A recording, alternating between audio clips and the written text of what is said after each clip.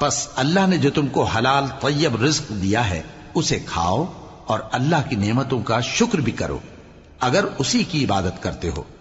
اس نے تم پر مردار اور لہو اور سور کا گوشت حرام کر دیا ہے، اور جس چیز پر اللہ کے سوا کسی اور کا نام پکارا جائے اس کو بھی۔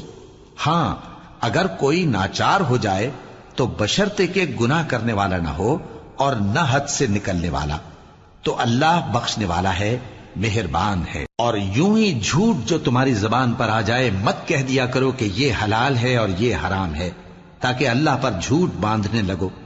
جو لوگ اللہ پر جھوٹ باندھتے ہیں ان کا بھلا نہیں ہوگا۔ جھوٹ کا فائدہ تو تھوڑا سا ہے، مگر اس کے بدلے ان کو عذاب علیم بہت ہوگا۔ اور جو چیزیں ہم تم سے پہلے بیان کر چکے ہیں وہ ہم نے یہودیوں پر حرام کر دی تھی، اور ہم نے ان پر کچھ ظلم نہیں کیا بلکہ وہی اپنے آپ پر ظلم کرتے تھے۔